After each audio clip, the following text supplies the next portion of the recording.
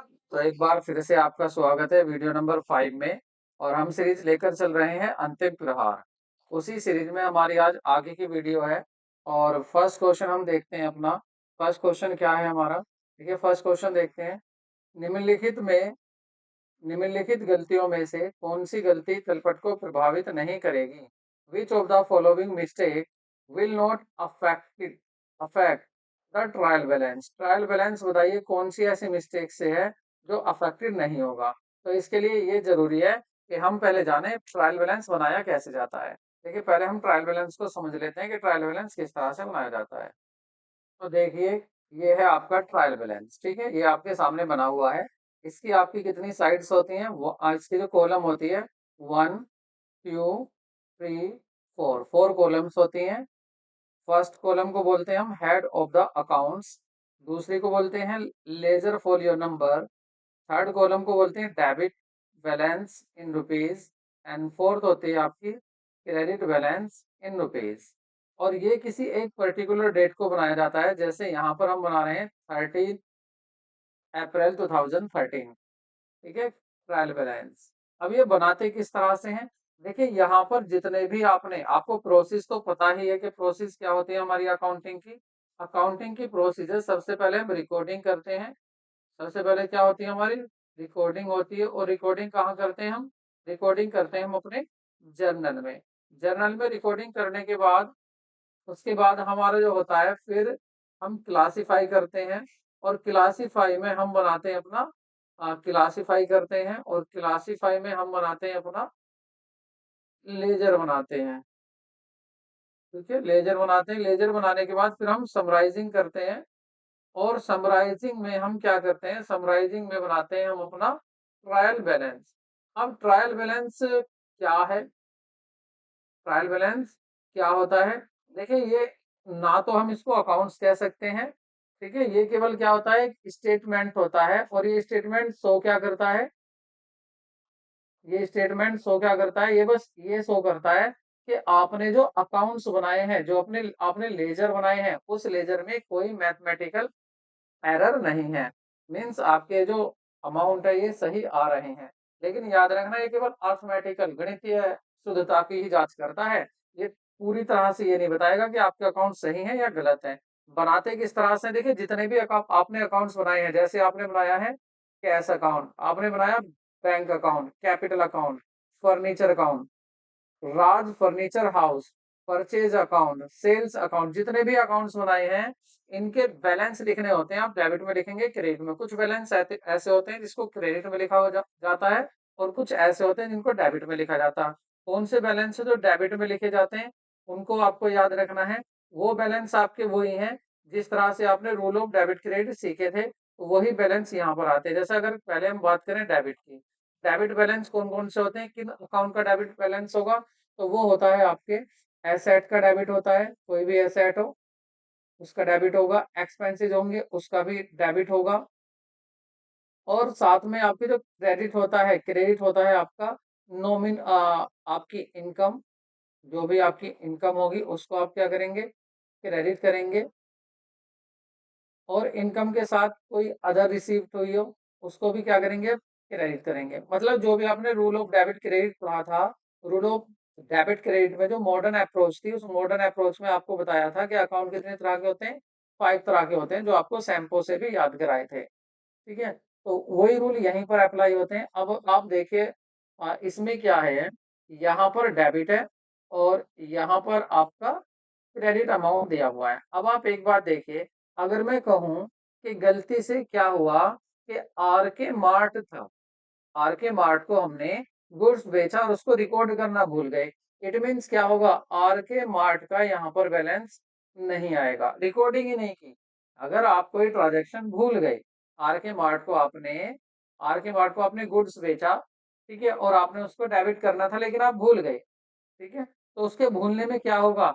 आपका cash cash में भी नहीं लिखा जाएगा, या जो आपकी सेल्स बुक है सेल्स बुक में भी नहीं लिखा जाएगा, और डेटर्स में भी नहीं लिखा जाएगा। तो इसका मतलब दोनों साइड, अब देखिए डेटर्स किस में आएगा? डेबिट साइड में आएगा। और सेल्स बुक किस में आएगी? आपकी सेल्स बुक आती है आपकी क्रेडिटर में। तो ना यहाँ लिखा गया ना यहाँ लिखा गया। अब आप अपना क्वेश्चन देखिए, कि क्वेश्चन कैसे बनेगा अब आपका। तो क्वेश्चन क्या कहता है देखिए, कह रहा है कि कौन सा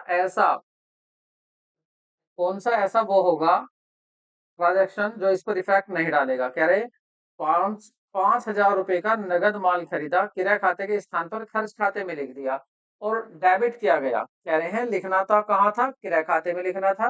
नगद माल जब बेचा तो किराए खाते में के स्थान पर खर्च खाते में लिख दिया। अब आप एक बात बताइए, आप मान लेते हैं आपने यहाँ पर अपना ट्रायल बैलेंस बनाया, एक साइड इसकी थोड़ी देर के लिए मान लेते हैं इसकी दो साइड है, एक ये रही डेबिट और एक इसकी साइड ये क्रेडिट। ये आपने ट्रायल बैलेंस बना लिया। ठीक है, अब इस ट्रायल बैलेंस को आप समझो। वो कह रहे हैं कि 5,000 रुपये नगद माल खरीदा, तो खरीदा परचेज अकाउंट में डेबिट होना चाहिए था, यहाँ 5,000 रुपये आते, लेकिन किराए के स्थान पर खर्च खाते में लिख दिया। तो कौन से में लिख दिया, खर्च खाते में। खर्च को क्या करते हैं, डेबिट करते हैं। तो डेबिट साइड में तो अब भी आएगा 5,000 रुपये, कोई बात नहीं है। आपने कह रहे हैं कि नगद माल खरीदा था और किराए खाते की जगह किसमें लिख दिया, खर्च खाता। तो परचेज अकाउंट कर लो या आप एक्सपेंसेस अकाउंट कर लो, होंगे तो दोनों कॉलम डेबिट, दोनों डेबिट में जाएंगे, तो ये अफेक्ट नहीं डालेगा। आपका जो ऑप्शन है ये अफेक्ट नहीं डालेगा। यही पूछा था कि बताओ कौन सा ऐसा ट्रांजैक्शन जो अफेक्ट नहीं डालेगा। इस तरह से सुन लो, टी शेप में इसको समझ लो। भाई आपको डेबिट साइड में क्या लिखना था, आपने माल बेचा तो आपको लिखना था परचेज अकाउंट 5,000 रुपये, लेकिन आपने ये लिखा नहीं। आपने क्या लिख दिया, आपने लिख दिया एक्सपेंसेस अकाउंट। तो आप ये देखो कि ये साइड आना था, इस साइड में पैसा डेबिट में, तो डेबिट में तो फिर भी आएगा। तो इस पे फर्क क्या पड़ा, कुछ नहीं पड़ा। तो ये इस पर कोई इफेक्ट नहीं डालेगा। दूसरा ऑप्शन समझो, दिसंबर में किराए बही का योग 500 रुपये अधिक लगाया गया। अब किराया बही क्या होती है, किराया बही जो होती है उसको आप डेबिट करते हैं, डेबिट साइड। अब माना डेबिट साइड में 1,000 रुपये थे, ठीक है, दोनों साइड एक 1,000 रुपये थे, लेकिन आपने इस 1,000 रुपये का टोटल ज्यादा लगा दिया। कितना ज्यादा लगा दिया, 500 रुपये ज्यादा, आपने कर दिया 1,500 रुपये। तो इससे क्या होगा, आपकी डेबिट साइड तो ज्यादा हो गई क्रेडिट साइड का, तो ये तो असर डालेगा। मतलब जो आपकी बैलेंस था ट्रायल बैलेंस का, वो डिसबैलेंस हो जाएगा। तो ये तो असर डाल रहा है। आगे कह रहा विक्रय बही का योग 2,000 के स्थान पर 2,200 लग गया।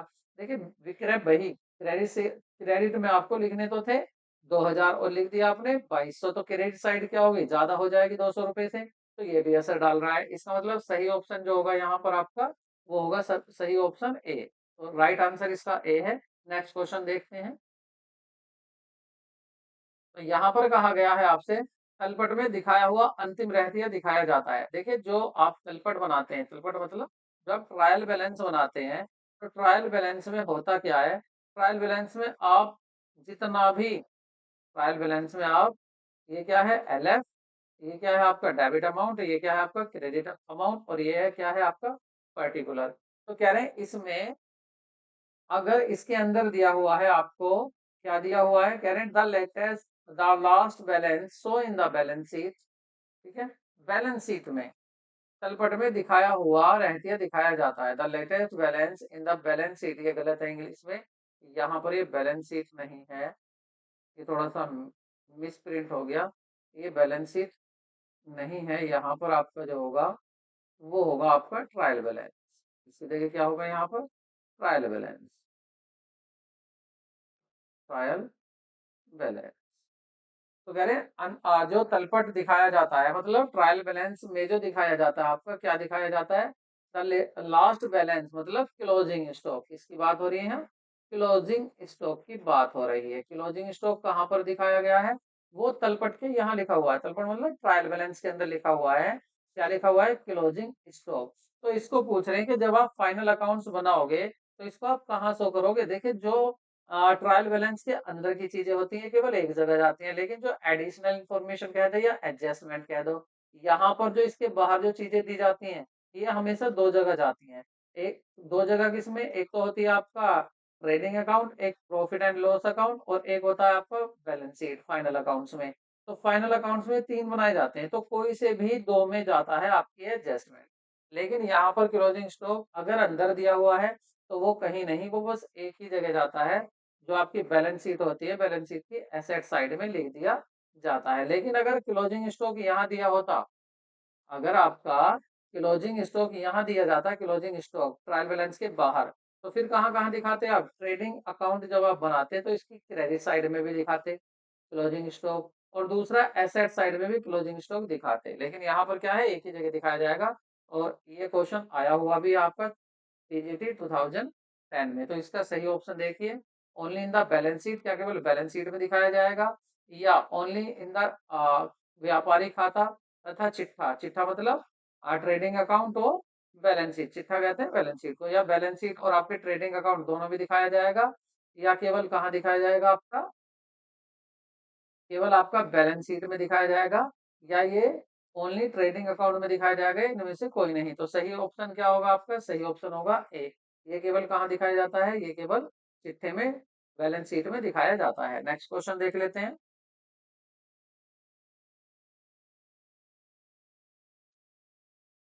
So next is grouping the similar item and transferring those to the respective account is known as, कह रहे ग्रुपिंग करना, ग्रुपिंग करना, और किसको ग्रुपिंग करना, सिमिलर आइटम, जो सेम आइटम है, एक सही आइटम है उनको, और and transfer to the those respective account, और रेस्पेक्टिव अकाउंट में क्या करना है आपको, ट्रांसफर करना है। तो इसको क्या कहते हैं, समान प्रकार के मदों को समूहबद्ध करने तथा उन्हें संबंध लेखों में अंतरित करने को कहा जाता है। और ये क्वेश्चन आया हुआ है आपका CGPSC असिस्टेंट प्रोफेसर 2014 में भी क्वेश्चन ये आपका आया हुआ है। तो इसको कहाँ करते हैं, इसको आप, इसका सही ऑप्शन क्या होगा, इसको आप करते हैं, और इसको बोलते हैं आप जनरलाइज या लेजर, क्या कहते हैं आप इसको, या पोस्टिंग।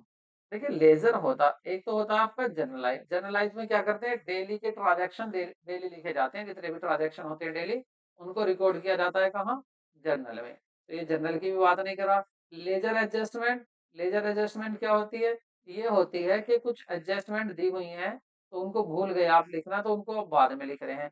और आप फिर क्या करते हैं, जो आप जर्नल बनाते हैं, आप जब जर्नल बनाते हैं, पहले तो बनाते हैं आप जर्नल, और जर्नल से आप बनाते हैं लेजर, और जर्नल से,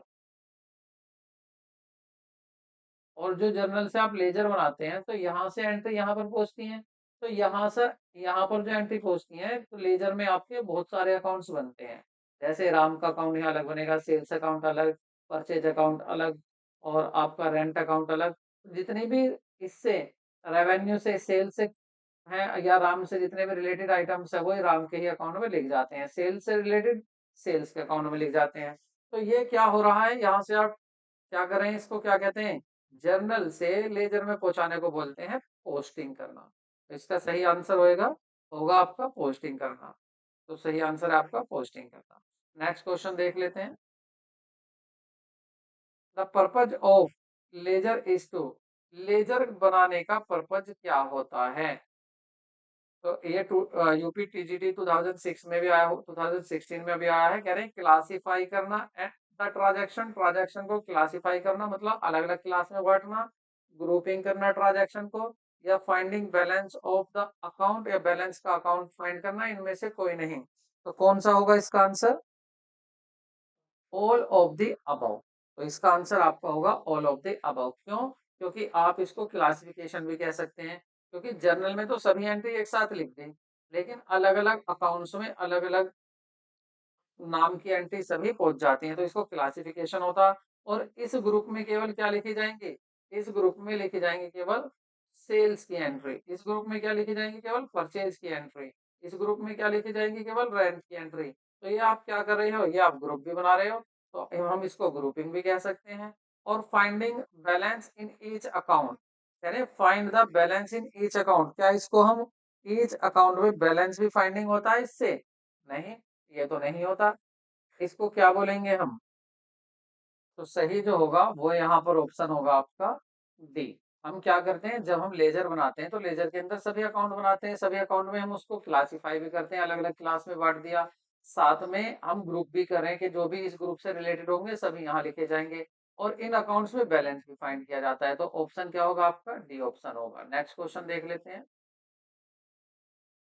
sales book is a, sales book,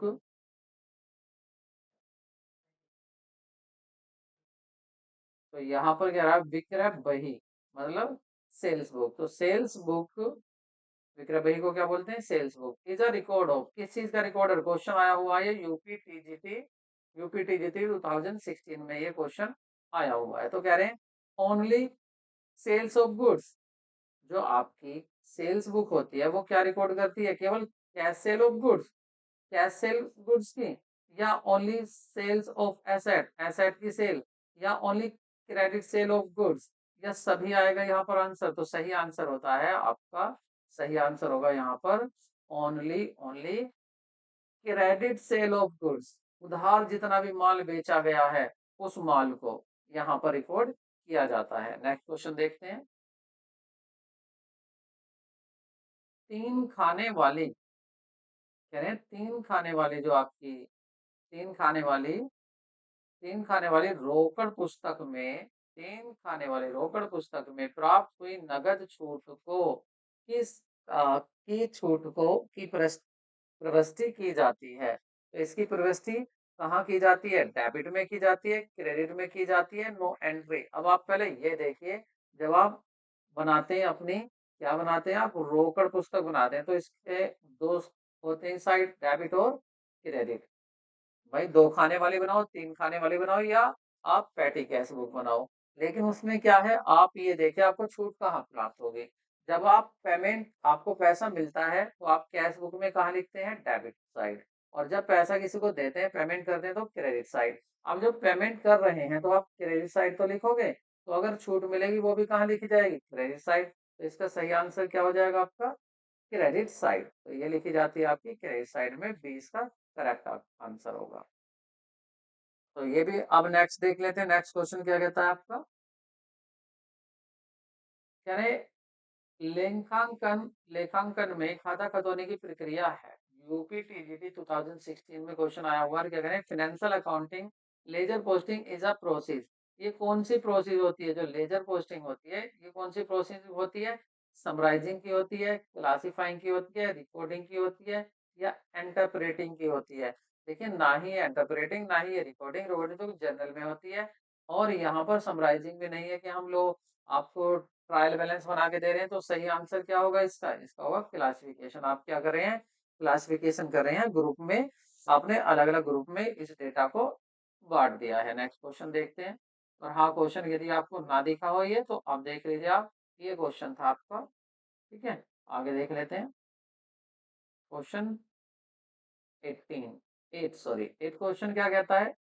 एक क्वेश्चन कहता है outstanding expenses is the account. Outstanding account मैंने लास्ट वीडियो में भी बताया था, आया हुआ क्वेश्चन है यूपीटीजीटी 2016। तो ये होता है आपका पर्सनल अकाउंट। ठीक है, पर्सनल अकाउंट। यहाँ पर क्या रिप्रेजेंटेटिव अकाउंट भी दिया है? नहीं। तो ये कौन सा अकाउंट हो गया? पर्सनल अकाउंट होता है। तो इसका सही ऑप्शन क्या होगा आपका? Personal account. अच्छा, इसके साथ मैंने कुछ और भी अकाउंट्स बताए थे, आउटस्टैंडिंग भी बताया था, आपको प्रीपेड भी बताया था, एक्रूड और एक्रूड बताया था, वो सब इसी में आ जाते हैं। कैपिटल अकाउंट भी यही होता है, ड्राइंग अकाउंट भी पर्सनल अकाउंट ही होता है, ये आपको याद रखना है। नेक्स्ट देख लेते हैं। Contra entry, contra entry in the cash book are made when. Contra entry कब बनती है पासबुक में? सॉरी, कैश बुक में, कैश बुक में, रोकड़ बही में कॉन्ट्रा एंट्री कब बनती है? तो देखिए, ये क्वेश्चन आया हुआ है आप, ये क्वेश्चन आया हुआ है आपका यूपीपीसीएस एलटी ग्रेड 2016 में। तो ये कॉन्ट्रा एंट्री जो बनती है, ये आपकी पैटी कैश बुक में बनती है, सिंपल कैश बुक में बनती है, ट्रिपल कॉलम कैश बुक में ये बनती है आपकी ट्रिपल कॉलम कैश बुक में। अब ये बनती कब है, ये होती क्या है, इसको हम बात करते हैं। तो जैसे हमने अभी बताया था कि जब आप दो साइड लेते हैं, एक होती है डेबिट, एक होती है क्रेडिट, कैश बुक आप बनाते हैं, तो कैश बुक में आपने बिजनेस के बैंक अकाउंट से पैसा निकाला, बैंक अकाउंट से आपने पैसा निकाला, और जब पैसा निकाला तो इधर से निकलेगा, तो बैंक में तो इधर से कम होगा, और कैश में इधर आ जाएगा। ठीक है, तो बिजनेस में बाहर नहीं गया पैसा, बिजनेस का ही बैंक था, बिजनेस का ही आपका बिजनेस का ही आपकी बिजनेस में रखी हुई तिजोरी है। तो आपने क्या काम किया? बैंक से पैसा निकाला, लाके तिजोरी में रख लिया। तो ये बिजनेस का ही पैसा, तो ये दोनों क्या बोलते हैं? इनको कॉन्ट्रा एंट्री बोलते हैं। और इसके लिए कॉन्ट्रा एंट्री को कहाँ लिख देते हैं? इस कॉलम के सामने जो डिस्काउंट की वो होती है कॉलम, इसमें लिख देते हैं CC for Contra. Next question देखते हैं। तो नेक्स्ट क्वेश्चन देख लेते हैं। और हाँ, देखिए ये क्वेश्चन तो ठीक था। अब आप देख सकते हैं कि कॉन्ट्रा एंट्री में जो कैश बुक है आपकी, कैश बुक में आप कॉन्ट्रा एंट्री कब करते हैं? तो कॉन्ट्रा एंट्री आप करते हैं ट्रिपल कैश कॉलम में। और इसमें थोड़ी सी मिस्टेक हो गई थी, यहाँ पर आपको क्वेश्चन साफ नहीं दिख रहे थे। मैं आपको इन क्वेश्चन को, आवाज तो आपने सुनी ली थी, मैं आपको इनको दिखा देता हूँ। क्वेश्चन कहाँ से सही नहीं दिखाई दिया था? क्वेश्चन नंबर 5 से सही नहीं दिखाई दिया था, तो आपको ये 5 देख लेना है। ये सेल्स बुक को कह रहा था कि सेल्स बुक में रिकॉर्ड किया जाता है केवल उधार, क्रेडिट रिकॉर्ड किया जाता है। नेक्स्ट क्वेश्चन था आपका, 3 खाने वाली रोकड़ बही में प्राप्त जो छूट होती है वो क्रेडिट साइड में लिखी जाती है। और आपका 7 क्वेश्चन था, लेजर में जो पोस्टिंग है उसको क्लासिफाइंग कहते हैं, समराइजिंग नहीं कहते, ना रिकॉर्डिंग कहते हैं, उसको बोलते हैं क्लासिफाइंग। और उसके बाद 8 क्वेश्चन था, आउटस्टैंडिंग एक्सपेंसेस अकाउंट को क्या बोलते हैं? पर्सनल अकाउंट बोलते हैं। और आपकी कॉन्ट्री एंट्री कहाँ पर लिखी जाती है? ये आपकी ट्रिपल कॉलम कैश बुक में लिखी जाती है। अब नेक्स्ट क्वेश्चन देख लेते हैं। और नेक्स्ट क्वेश्चन में पहले ये जरूर देखेंगे कि आपका ये सही भी दिखाई दे रहा है ना, पहले चेक कर लेते हैं। तो ये आपका बिल्कुल सही दिखाई दे रहा है। क्वेश्चन देख लेते हैं। कह रहे हैं if credit side of bank account is greater than the debit side indicates. तो यह क्या इंडिकेट्स करता है? बात हो रही थी यहाँ बैंक अकाउंट की, तो बैंक अकाउंट की बात कर रहे हैं, किसकी? Bank account. और बैंक अकाउंट का जो डेबिट शेष है, एक डेबिट शेष है बैलेंस और एक क्रेडिट बैलेंस है। तो कह रहे हैं यदि बैंक खाते का डेबिट शेष क्रेडिट शेष से अधिक हो, भाई इधर तो लिखे हुए हैं 2000 रुपए, इधर लिखे हुए हैं केवल 1500 रुपए। तो ये जो फालतू आ रहा है डेबिट बैलेंस, ये क्यों आ रहा है? डेबिट बैलेंस क्यों ज्यादा आ रहा है? बैंक ओवरड्राफ्ट कहेंगे इसको, या आपका इसको बैंक ओवरड्राफ्ट कहेंगे, कैश एट बैंक कहेंगे, या बैंक बैलेंस कहेंगे, या करंट एसेट कहेंगे? तो इसको क्या कहेंगे? अब आप ये देखिए, यदि बैंक खाते का डेबिट शेष, अब बैंक खाता आप कहाँ देखते हैं? आप देखते हो अपनी पासबुक में। कहाँ से देखोगे आप? पासबुक में। तो आप पासबुक को देख रहे हैं, तो याद रखना पासबुक में क्या होता है, कभी भी देख लेना, क्रेडिट का मतलब होता है पैसा जमा होना, और डेबिट का मतलब होता है पैसा निकालना। तो यहाँ पर आपने डेबिट ज्यादा कर रखा है, और जब पैसा आपने डेबिट ज्यादा कर रखा है, इसका मतलब जमा से ज्यादा है, तो ये आपके ऊपर क्या होगा? लाइबिलिटी है, ये आपकी बैंक ओवरड्राफ्ट होता है, इसको बोलते हैं हिंदी में बैंक अधिविकर्ष। और ये क्वेश्चन यूपीटीजीडी 2016 में आया हुआ है। तो इसका सही जो ऑप्शन होगा वो होगा ए। नेक्स्ट क्वेश्चन देख लेते हैं। तो यहाँ पर आपसे पूछा गया है,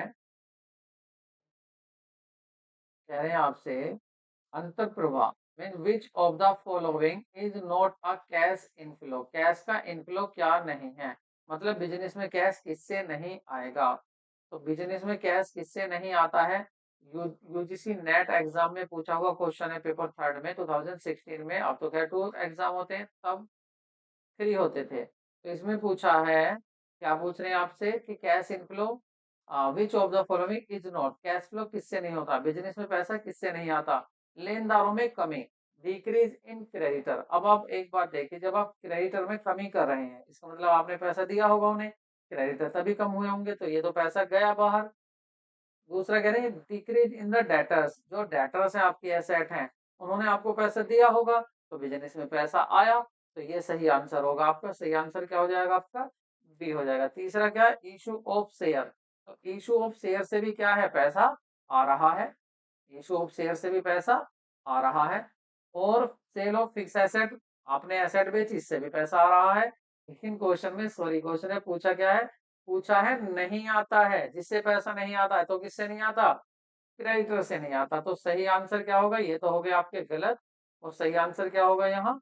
ये सही आंसर होगा कि आपके लेनदार से, लेनदार को जब कमी आती है, इसका मतलब ये होता है कि हमने उसे पैसा दे दिया और बिजनेस से पैसा बाहर जा रहा है, तो इसे इनफ्लो नहीं कहते हैं। नेक्स्ट क्वेश्चन देख लेते हैं।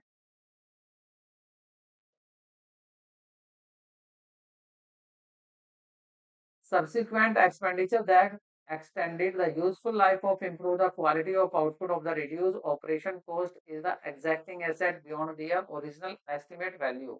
उत्तरवर्ती व्यय जो वर्तमान परिसंपत्ति के मूल रूप से अनुमानित स्तरों पर चालान लागतों को कम करने के लिए या उत्पादन की गुणवत्ता को सुधार के लिए उपयोगी जीवन अवधि के विस्तार करते हैं, तो इनको क्या कह देते हैं? क्वेश्चन पूछा हुआ है आपसे यूजीसी नेट पेपर सेकंड में। तो आपसे यहाँ क्वेश्चन पूछा गया है, क्वेश्चन काफी इंपॉर्टेंट है। इसको समझिए क्या कह रहे हैं।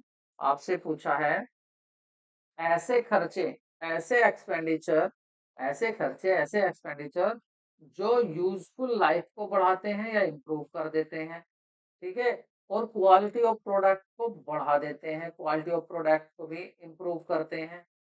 जो भी आपकी क्वालिटी थी, आप जैसे बना रहे थे, अब एक नई मशीन लेकर आ गए आप, उससे क्या हुआ, अब आपके जो प्रोडक्ट की क्वालिटी है वो और भी बढ़िया हो गई, इंक्रीज हो गई। और जो कॉस्ट थी, पहले पुरानी मशीन को यूज कर रहे थे, उससे ज्यादा कॉस्ट आ रही थी, अब ऑपरेटिंग कॉस्ट कम आ रही है। तो ये मशीन खरीदना जो है, परचेज करना, ये कौन सा एक्सपेंडिचर कहलाता है? पिछले वीडियो में मैंने बताया था, कैपिटल और रेवेन्यू और डेफर्ड एक्सपेंडिचर क्या होते हैं, फिर सुन लीजिए। ऐसे एक्सपेंडिचर जिसका बेनिफिट क्या है कि इस साल तक मिलेगा, उसको हम बोलते हैं कैपिटल एक्सपेंडिचर। ऐसे एक्सपेंडिचर जिसका बेनिफिट केवल इस साल मिलेगा, रेवेन्यू एक्सपेंडिचर। ऐसे एक्सपेंडिचर जिसको आप अभी रिटर्न ऑफ नहीं कर रहे, टोटल अभी नहीं दिखा रहे, थोड़ा थोड़ा करके दिखाएंगे कई साल तक, उसको जो इस साल आप दिखा रहे हैं और आगे रेफर कर रहे हैं बाकी को, तो उसको बोलते हैं डेफर एक्सपेंडिचर। जैसे आपने ज्यादा अमाउंट का एडवर्टीजमेंट कर दिया, माना 10 लाख का कर दिया, इसमें से हर साल 10 साल तक आप 1-1 लाख रुपए P&L में दिखाएंगे, तो इसको बोलेंगे आपका डेफर्ड रेवेन्यू एक्सपेंडिचर। तो यहाँ यहाँ पर सही आंसर क्या होगा? सही आंसर होगा यहाँ पर ए, कैपिटल एक्सपेंडिचर कहते हैं जो आपकी इंप्रूव करते हैं क्वालिटी ऑफ आउटपुट को। नेक्स्ट क्वेश्चन देखते हैं। कह रहे नामात्र के खाते में, अभी नामात्र का खाता कौन सा होता है? नामात्र खाता है, ये आप हिंदी में देख सकते हैं, नॉमिनल अकाउंट। इसकी बात करें, nominal account, display debit remaining. कह रहे अगर नॉमिनल अकाउंट एक्सपेंडिचर होता है, नॉमिनल अकाउंट में प्रॉफिट होता है, एसेट होती है, दायित्व होते हैं। अब आप नॉमिनल अकाउंट ले लो, नॉमिनल अकाउंट कौन से होते हैं? हमारे किसी भी एक्सपेंसेस के अलावा। एक्सपेंसेस ले लेते हैं, माना सैलरी है हमारा, कौन सा अकाउंट है? सैलरी। तो सैलरी को हम क्या करते हैं, अगर पेड करते हैं, डेबिट करते हैं सैलरी, ठीक है? तो यहाँ पर क्या कह रहे हैं, डेबिट रिमेनिंग। अगर डेबिट है तो क्या दिखाता है? वो आपका खर्चा दिखाता है, पहली बात। व्यय दिखाता है, मतलब आपका खर्चा दिखा रहा है, या आपका प्रॉफिट दिखा रहा है, संपत्ति या दायित्व है। डेबिट करते हैं हम सैलरी को, तो डेबिट में हमेशा क्या होगा? एक्सपेंडिचर होगा। तो इसका सही ऑप्शन क्या होगा? एक्सपेंडिचर। और ये आया हुआ क्वेश्चन भी है, कहाँ आया है? टीजीटी 2009 में आया हुआ क्वेश्चन है। तो जो भी हमारा डेबिट बैलेंस दिखाता है नॉमिनल अकाउंट, वो क्या होता है? हमारा व्यय होता है। नेक्स्ट देखते हैं, निम्नलिखित में कौन सा व्यक्तिगत खाता है? Which of the following is the personal account? Personal account कौन सा है? और यहाँ पर टीजीटी 2010, पीजीटी 2004, यूपीपीसीएस 1998 में ये क्वेश्चन पूछा जा चुका है। पर्सनल अकाउंट क्या होगा? आपका पशुधन होगा, देय विपत्र मतलब बिल्स पेबल होंगे, या उपार्जित एक्रूड रेंट होगा, या ख्याति गुडविल होगा? तो जल्दी से बताइए इसका क्या आंसर होगा। इसका सही आंसर होगा आपका एक्रूड रेंट, क्योंकि मैंने ये 4 नाम आपको बताए थे कि इन 4 नाम को याद कर लेना। क्या क्या है? आउटस्टैंडिंग रेंट, आउटस्टैंडिंग एक्सपेंसेस, एक बताया था मैंने प्रीपेड एक्सपेंसेस, एक बताई थी आपको accrued accrued expensive accrued income, sorry उपार्जित किराया। ये जो ना रेंट, ये किराया वाला रेंट है जो आपको मिल रहा है। तो उपार्जित एक्रूड रेंट या अनएक्रूड रेंट, ये चारों, अनएक्रूड रेंट भी किसमें आएगा? इसी में याद आता है। तो ये चारों क्या होते हैं आपके? Personal account. और इसके साथ मैंने आपको ड्राइंग भी बताया था और आपको कैपिटल अकाउंट भी बताया था, ये सभी क्या है? Personal account. तो सही आंसर क्या होगा यहाँ पर? Option C. नेक्स्ट क्वेश्चन देखते हैं। रोकड़ बढ़ी उदाहरण है, कैश बुक जो होता है आपका, ये एक एग्जाम्पल है और ये पीजीटी 2004 में पूछा हुआ क्वेश्चन है। ये जर्नल का है, सामान्य रोजनामचे का, या विशेष रोजनामचा है, या ए और बी दोनों है? तो इसका सही आंसर क्या होगा? ए और बी दोनों। इसको स्पेशल जर्नल भी कहते हैं और इसको जनरल जर्नल भी कहते हैं, कि इसको कैश बुक को, क्योंकि ये दोनों का काम करती है। यहाँ आपको जर्नल बनाने की जरूरत नहीं होती। इसमें क्या है, सीधा आप अकाउंट बनाते हैं, और अकाउंट किसमें बनाते हैं? लेजर में। इसका मतलब लेजर और जर्नल एक साथ हो रहे हैं, तो ये दोनों होते हैं। इसका सही ऑप्शन क्या होगा? सी। नेक्स्ट क्वेश्चन देख लेते हैं। नेक्स्ट क्वेश्चन देखते हैं अपना क्वेश्चन नंबर 16। तो यहाँ पर राधा और रुक्मणी ये दोनों पार्टनर्स हैं, और ये अपना प्रॉफिट रेशो जो बांटते हैं, प्रॉफिट वो बांटते हैं अपना 3:2 रेशो में, ठीक है? और होता क्या है, ये एक गोपी पार्टनर को एडमिट करते हैं, तीसरे पार्टनर को, और गोपी को क्या देंगे, कह रहे हैं राधा जो गोपी को देगी 1/3 of her share in the favour of Gopi. Gopi को वो कितना शेयर देगी, राधा 1/3 अपने शेयर का 1/3। और फिर दूसरी रुक्मणी कहती है मैं भी अपने शेयर का 1/4 दूंगी, किसको, गोपी को। इस तरह से गोपी को मिल जाएगा। ठीक है। तो अब ये पूछ रहा है कि इनके नए प्रॉफिट शेयरिंग रेशो बताइए, तो इसको सोल्व कर लेते हैं। तो इसको सोल्व करेंगे। देखिए यहाँ पर पार्टनर है आपके तीन, एक है आपका राधा, एक है आपका आर ए राधा और आर यू रुक्मणी, और एक है आपका जी फोर गोपी। इस तरह से ये है, यहाँ इसको पे कर लेते हैं। देखिए राधा के पास कितना शेयर है, राधा के पास शेयर था पहले 3/5। आप कहेंगे 5 कहाँ से आया, देखिए इन दोनों का टोटल कर दिया तो नीचे 5। इसी तरह से इसका कितना शेयर था, इसका शेयर था आपका 2/5। अब राधा ने क्या काम किया, अपने शेयर में से माइनस कर दिया अपने ही शेयर का 1/3, अपने ही शेयर का 1/3 माइनस कर दिया। ठीक है, अपने ही शेयर का 1/3, तो इसका शेयर कितना था 3/5। तो क्या आ जाएगा इसका 3/5 माइनस 3 3 × 3 = 3 अपॉन 3 5 = 15। ठीक है, तो इनको एलसीएम लेके सोल्व कर लेते हैं। 15 एलसीएम लिया, 5 से 15 को काट दिया, 3 आया, 3 3 जा 9 माइनस 15 से 15 कट हो गया, 3 3 जा 9, 3 1 जा 3। तो 9 में से 3 गया, ये बचा आपका 6/15। इसके पास कितना बचा 15। तो यहाँ से आप देखेंगे गोपी के हिस्से में कितना गया, राधा ने ये जो शेयर था ये गोपी को पहुंचा दिया, तो गोपी को कितना पहुंच गया, गोपी को पहुंच गया 3/15। तो ये पहुंच गया गोपी को, प्लस अभी और मिलेगा, रुक्मणी भी देगी। अब रुक्मिणी के पास चलते हैं, रुक्मणी के पास कितना शेयर था, रुक्मणी के पास शेयर था 2/5। ठीक है, इसने कितना कम कर दिया, अपने ही शेयर का 1/4। तो 1/4 इंटू 2/5, अपने ही शेयर का 1/5। तो क्या आ जाएगा इसका 2/5 माइनस 2 1 जा 2 और 4 5 जा 20। इसको भी एलसीएम लेके सोल्व कर लेंगे। 20 लिया एलसीएम, 5 से इसको काटा 4 4 2 जा 8 माइनस 5 से 20 से 20 कट गया, 2 1 जा 2। तो इसके पास कितना बचा 6/20। ठीक है, इसके पास कितना बचा 6/20। इसका यहाँ लिख देता हूँ, यहाँ आ रहा नहीं है तो यहाँ लिख देते हैं 6/20 इसके पास बचा। तो अब ये देखिए इसके पास 6/20 तो बचा, तो इसने रुक्मणी ने गोपी को कितना दिया, गोपी को दिया इसने ये वाला 2/20। तो ये यहाँ पर ऐड हो जाएगा 2/20। तो 2/20 इसको मिल गया। तो इसके पास अब कितना हो गया, एलसीएम ले लेते हैं।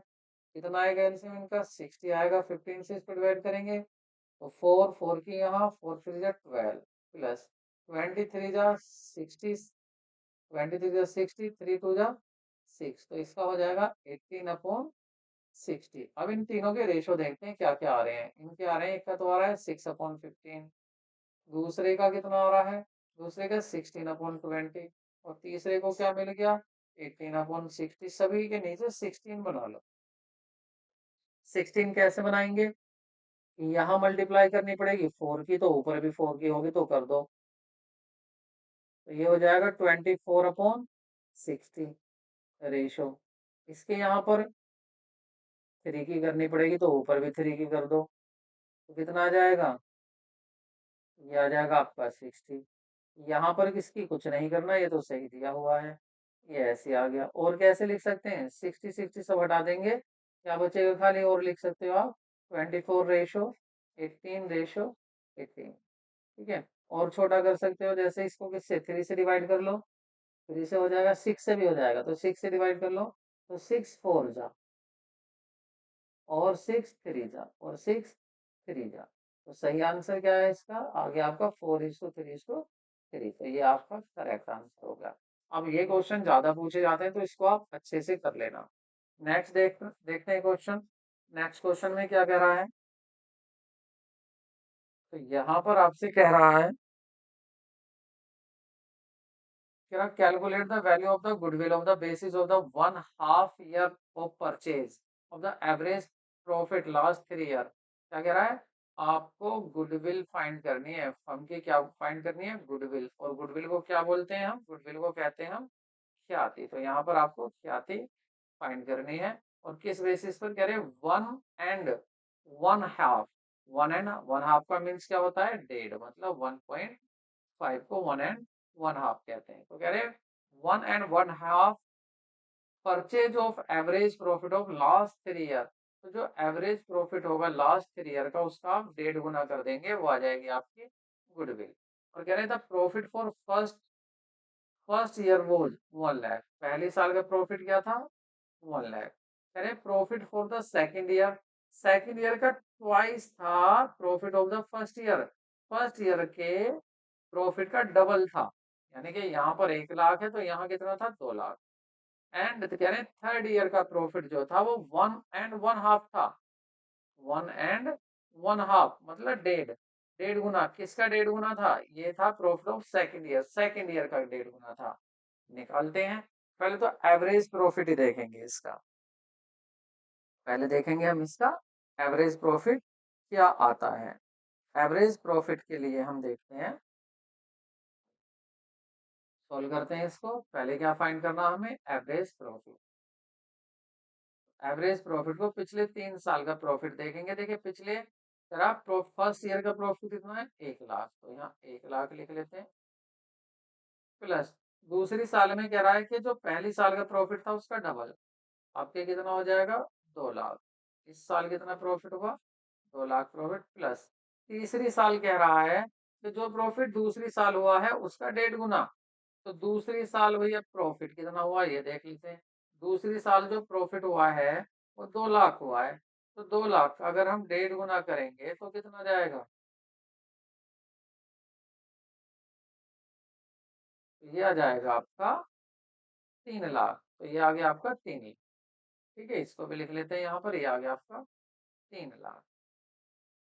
और अपॉन में क्या करेंगे? अपॉन में जितने भी हैं, 3 है तो 3 से डिवाइड कर देंगे, तो कितना आएगा? 1 2 3 6, 6 को 3 से काटोगे 2 लाख आ गए। तो एवरेज प्रॉफिट कितना है? 2 लाख आ गया। अब आपसे कहा है गुडविल बताइए। क्या पूछा आपसे? गुडविल पूछा है कि गुडविल कितनी होगी। तो गुडविल का फॉर्मूला क्या है? गुडविल का फॉर्मूला होता है, इसने कहा था यहाँ पर कि ईयर ऑफ परचेज मतलब 1.5 गुना, कह रहा था ना 1.5 इंटू एवरेज प्रॉफिट। तो एवरेज प्रॉफिट कितना आया यहाँ पर हमारा? 2 लाख रुपए। तो 2 लाख की इसमें मल्टीप्लाई कर देंगे तो क्या आ जाएगा? आंसर आ जाएगा हमारा 3 लाख। सही आंसर आ गया आपका 3 लाख। तो ऑप्शन कौन सा सही होगा आपका? ऑप्शन सी सही आंसर होगा। नेक्स्ट क्वेश्चन देख लेते हैं।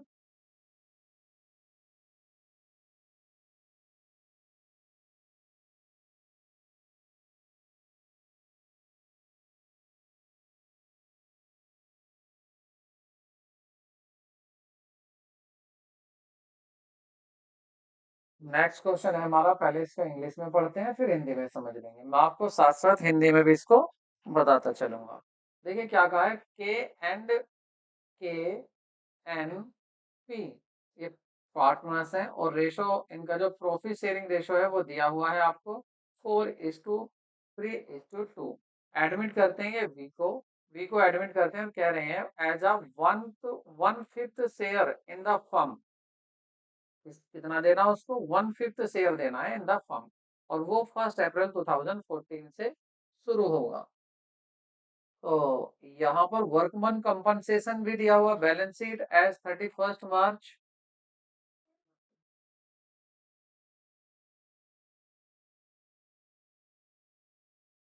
तो यहाँ पर जो था 1/5 शेयर के लिए उसको एडमिट कर रहे हैं, ठीक, किसको? वी को। और कह रहे हैं in the liability side of the balance sheet, liability side में, बैलेंस शीट की लाइबिलिटी साइड में क्या गिवन है? वर्कमैन कंपनसेशन रिजर्व WCR कितने का? 90,000 रुपए का दिया हुआ है।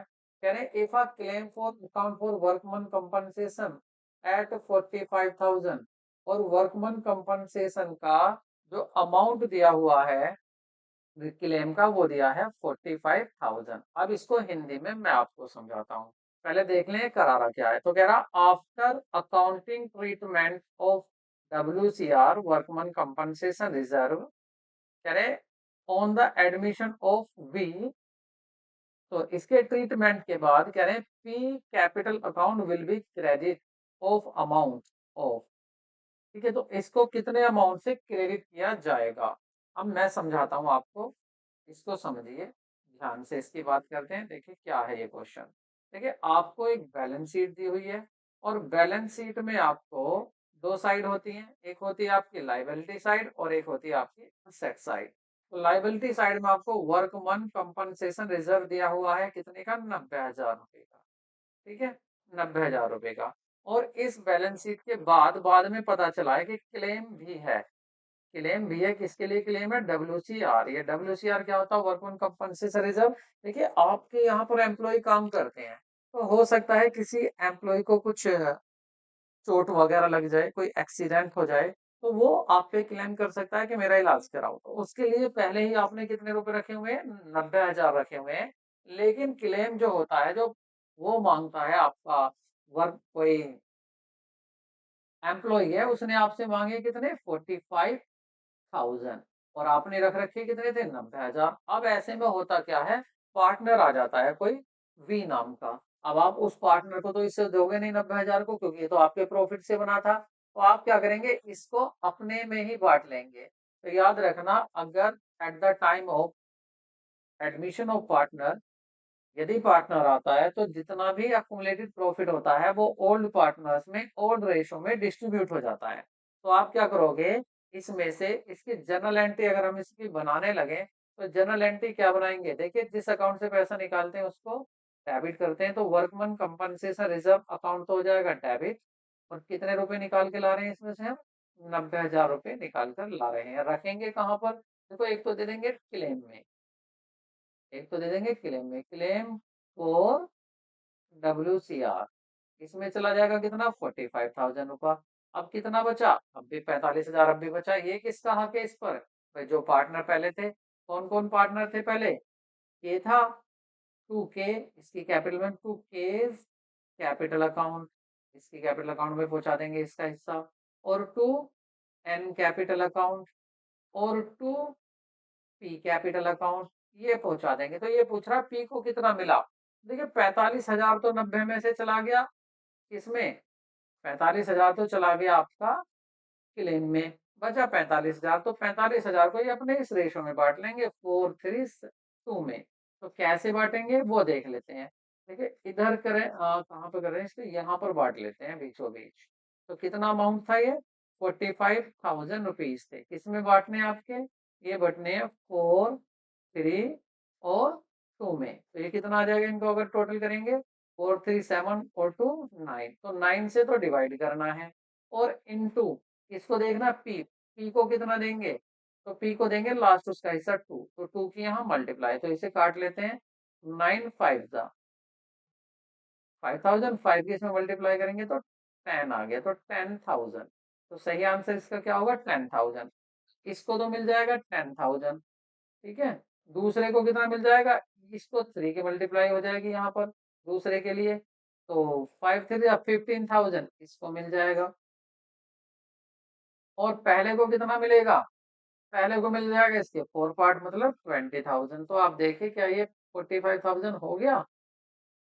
तो 30, 40, 45। तो इस तरह से आप ये जो पैसा था, कहाँ पर पैसा था आपका?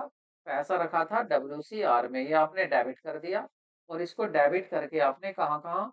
एक तो क्लेम में पहुंचा दिया 45,000 रुपया, और बचा हुआ 45,000 इन तीनों पार्टनर ने बांट लिया। वी को बुलाने से पहले वी को तो बाहर ही रोक दिया, कह दिया वी अभी रुक जा, हम अपना पहले प्रॉफिट को बांट लेते हैं। अब हमें ये देख, तो इन्होंने प्रॉफिट बांट लिया।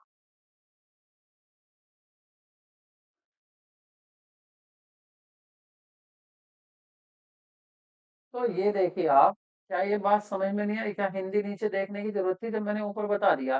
फिर भी आप, तो इसका ऑप्शन क्या आएगा? 10,000 आएगा। तो इसका सही ऑप्शन देख लेते हैं।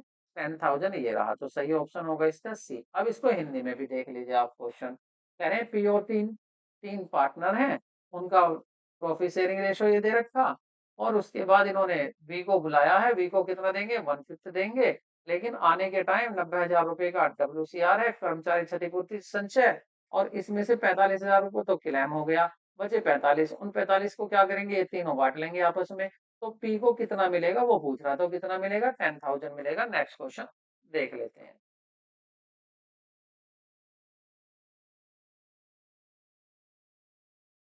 So next question is, next question है आपका, कह रहे हैं on 1 January 2012 X drew a bill Y 3 months rupees wrote 20,000 bill for bankers 1,000 fee was discounted, return bill dishonored on the payment date, return bill the bank account credit for the dishonor of the book। तो कह रहे हैं x Y, x कह रहे हैं यहाँ पर 1/1/2012 को एक्स ने वाई पर 3 महीने का एक बिल लिखा और बिल था 20,000 रुपए का। भाई किसने लिखा है? एक्स ने वाई पर। तो वाई, एक्स ने माल बेचा होगा किसको? वाई को। वाई ने पैसा नहीं दिया होगा, क्या दे दिया? एक बिल दे दिया, उस पर लिख के दे दिया मैं आपको 3 महीने के बाद इतना रुपया वापस दूंगा। अब इसको वाई ने इस बिल को लेकर क्या किया? बिल को बैंकर से 100 रुपए का शुल्क देकर बट्टा करा लिया, मतलब डिस्काउंटेड कर लिया। बैंक में जाकर कहा कि आप इस 2000 के बिल को ले लो और मुझे तो 100 रुपए कम दे दो। जब 3 महीने हो जाए आप ही वाई के पास चले जाना और वाई से इस सारे पैसे को ले आना। बैंक ने इस काम को कर दिया क्योंकि बैंक को 100 रुपए का फायदा हो रहा है। ठीक है, और बैंक कितना देगा? 19,900 रुपए दे देगा किसको? वाई को। इस क्वेश्चन को और डिटेल में समझा दूं? और डिटेल में देखिए, देखिए एक्स और वाई दो थे। एक्स ने वाई को गुड्स बेचा, वाई ने पैसे नहीं दिए, 20,000 का एक बिल दे दिया। उस बिल पर लिखा हुआ था कि मैं आपको 20,000 रुपए 3 महीने के बाद दूंगा। ये बिल कहाँ जाता है? एक्स के पास आ जाता है। एक्स को पैसे की जरूरत थी, एक्स पहुंचता है किसके पास?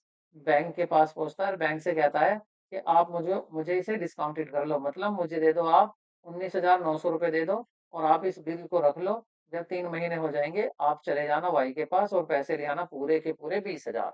बैंक को फायदा ये हो जाएगा 100 रुपए मिल जाएंगे और एक्स को फायदा ये हो गया कि तुरंत अभी उसको पैसे मिल गया। हुआ क्या था कि वो बिल जैसी ही डेट आती है पेमेंट की, तो उस डेट पर वो क्या हो जाता है? डिसऑनर्ड हो जाता है, अनादरत हो जाता है, मतलब रद्द हो जाता है वो बिल। जब बैंक उसके पास पहुंचता है तो वो पैसा नहीं देता। तो ऐसी सिचुएशन में कह रहे हैं कि बैंक खाता क्रेडिट होगा। तो अब एक्स अपने यहाँ क्या एंट्री पास करेगा? एक्स अपने यहाँ एंट्री पास करेगा, ये ये वाई से पैसा लेगा तो ये वाई को हमेशा क्या करेगा? डेबिट करेगा। अब वाई से डेबिट कितना करेगा? पूरे 20,000 रुपए डेबिट करेगा वाई से, और ये इसको देगा किसको? ये देगा बैंक को। तो बैंक को ये, बैंक अकाउंट को करेगा ये क्रेडिट, कितना? 20,000 रुपए। ठीक है, तो 20,000 रुपए से क्या हो रहा है? 20,000 रुपए। और हाँ, इसमें एक बात और भी कही है, बिल बैंकर से 100 रुपए का बट्टा। हाँ वो तो ठीक था। तो 20,000 रुपए क्या हुआ यहाँ पर? 20,000 रुपए अब एक्स को देने पड़ेंगे। किसको देगा ये? बैंक को देगा। और लेगा किससे? ये वाई से लेगा, तो वाई से लेकर इसको दे देगा। तो आप देखिए कितने अमाउंट से क्रेडिट किया बैंक को? 20,000 से। तो सही ऑप्शन क्या होगा? 20,000। नेक्स्ट क्वेश्चन देखते हैं। नेक्स्ट और आज का लास्ट क्वेश्चन, नेक्स्ट भी होगा और आज का लास्ट क्वेश्चन होगा। तो इसमें क्या कह रहा है? In the term imprest system is used in the relation to. Imprest system किसके रिलेशन में प्रयोग किया जाता है? और यूपी पीसीएस में पूछा हुआ क्वेश्चन है। तो देखो ये ना परचेज बुक में होता है, ना ही सेल्स बुक में होता है, ना कैश बुक में होता है। ये पैटी कैश बुक जो होती है, इस पैटी कैश बुक में ये यूज किया जाता है इम्प्रेस सिस्टम। अभी इम्प्रेस सिस्टम होता क्या है इसको बता देता है। देखिए जो आपकी कैश बुक होती है, पैटी कैश बुक, उसमें एक बार ही रुपया मिलता है। रिसीट जो होती है एक बार मिलती है, जैसे 10,000 की रिसीट मिल गई। अब जो आपका छोटा कैशियर होता है वो क्या करता है? वो खर्चे करता जाता है, इधर खर्चे लिखता जाता है, रेंट दिया, जो भी छोटे मोटे खर्चे उनको ये यहाँ लिखता जाता है। लिखने के बाद माना उसके खर्च जो हो गए 9,000 रुपए खर्च हो गए। ठीक है, अब नेक्स्ट मंथ में उसको 10,000 में से 9,000 का खर्चा कम कर दो, कितना बचा उसके पास? 1,000 रुपया भी बचा। तो नेक्स्ट मंथ जो मिलेंगे उसको 9,000 रुपए और मिलेंगे, क्योंकि अगले महीने के लिए भी उसे 10 और करने पड़ेंगे। तो 1,000 तो बचे हुए थे, 9 और मिल गए, तो मिलकर अब उसके पास कितने हो जाएंगे नेक्स्ट मंथ? 10,000 हो जाएंगे। 10,000 हो जाएंगे। तो इस सिस्टम को बोलते हैं इम्प्रेस सिस्टम। और ये किस में आता है? जब आप पैटी कैश बुक बनाते हैं। पैटी कैश बुक को क्या बोलते हैं? खुदरा रोकड़ बही। आई होप आपको ये क्वेश्चन अच्छे लगे होंगे। यदि क्वेश्चन अच्छे लगे हों तो वीडियो तो बनता है और यही वीडियो हमें मोटिवेट करती है कि आपके लिए हम ऐसे ही कलेक्शन लाते रहें। तो मिलते हैं नए वीडियो के साथ, तब तक के लिए बाय बाय, टेक केयर।